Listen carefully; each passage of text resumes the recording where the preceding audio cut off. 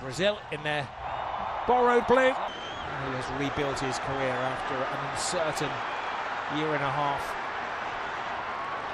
His opportunity. There was a lot of talk about João Pedro not being selected. He's had a brilliant year in a really underperforming Chelsea side.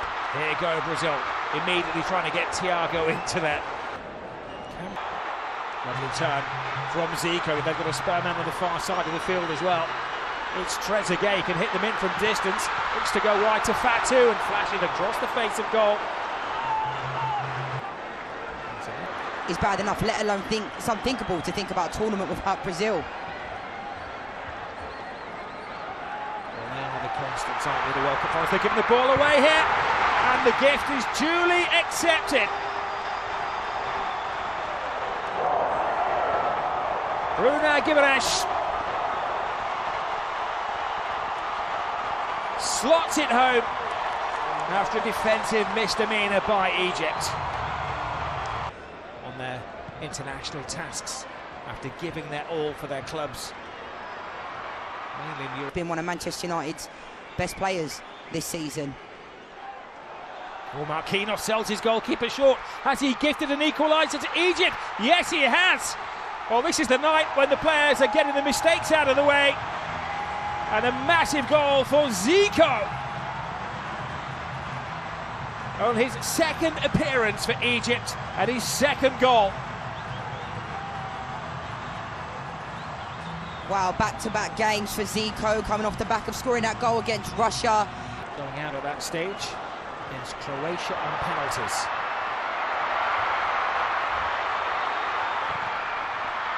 Any knocker showed any signs of a twinge, you'd get them out of there, wouldn't you? Yeah, absolutely. I mean, it's unfortunate. If Wesley does have a deep-rooted injury.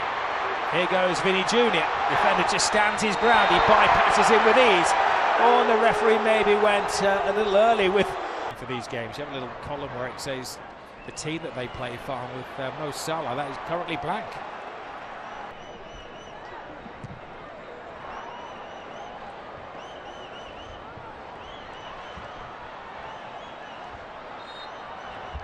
Been a variety of friendly matches over the last couple of days, some packed with goals. Yeah, I'm intrigued to know where Mo Salah's going to end up, to be fair. I know there's been links to the MLS, links to Saudi. Maybe a link, I saw a link today to La Liga and to Italy as well, and the referee.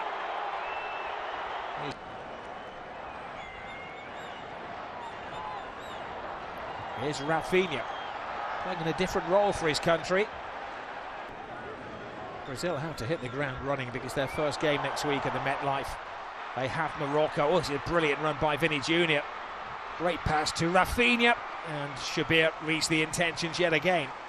Lovely run from Vinny Jr. I mean, there was 3 or 4 players. One of them looked like he potentially should have been booked. It was such a late tackle. Well, he needs to find the ball.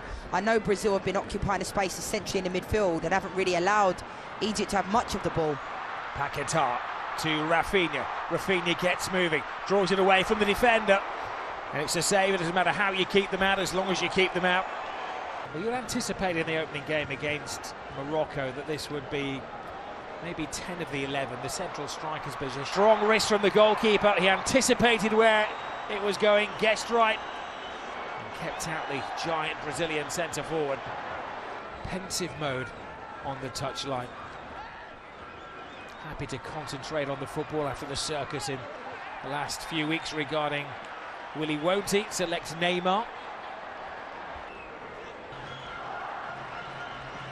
I think as well for Egypt, they have to learn how to win games, Rob.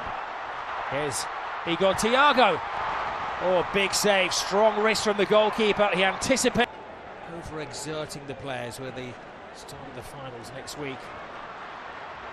Lovely ball, now another chance for Igor, passes on to Vinny Jr. He can't get enough of a boot on it. Brazil just lacking that little bit of sharpness in front of goal. Candidate for the player of the season at United last year. Here is Vinny Jr.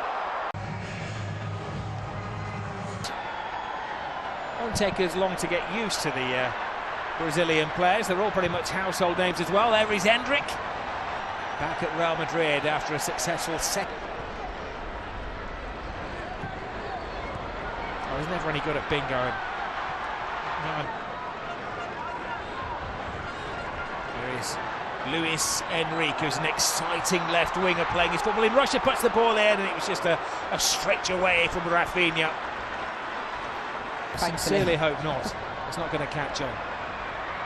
Now, how can the rejig Brazil team attack the second half? It's Cunha who whips up his starting 11. A couple of places up for grabs. Here is Rafinha, little drop of the shoulder, takes it back, and Brazil get the second. Fantastically finished by Luis Enrique.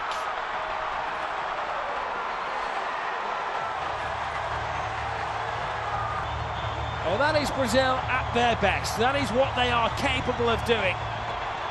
Can they harness it for the next month or so? Stars and having tournaments, it could be it for him. They're looking for a third goal here. They're really putting the pressure on Egypt. That have come in have done unbelievably well. They've really taken the game to another level. There goes Enrique dancing with the defenders. He is like an old school Brazilian player, isn't he? Full of tricks.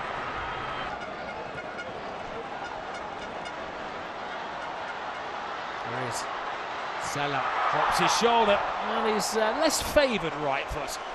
Blasts one in. And when it falls their way, they recovered well in the first half. Here is Mohamed Salah, strokes the ball across the face of goal, and Everton, the backup keeper from Grêmio, winning his on the 4 continents.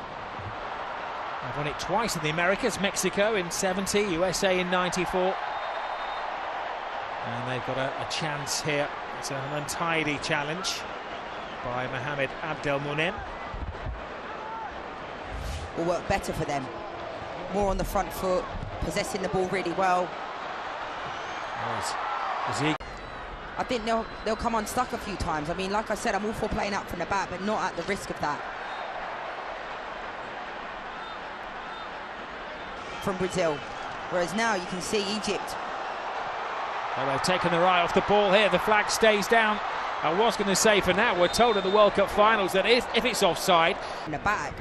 And we saw the high risk of that in the first half when Lachine gave away the ball and then they scored. And I think equally, if Egypt do that against Belgium... Salah shows a turn of pace. Which option will he take? Danilo. Luis Enrique. Excellent feet taken on all comers.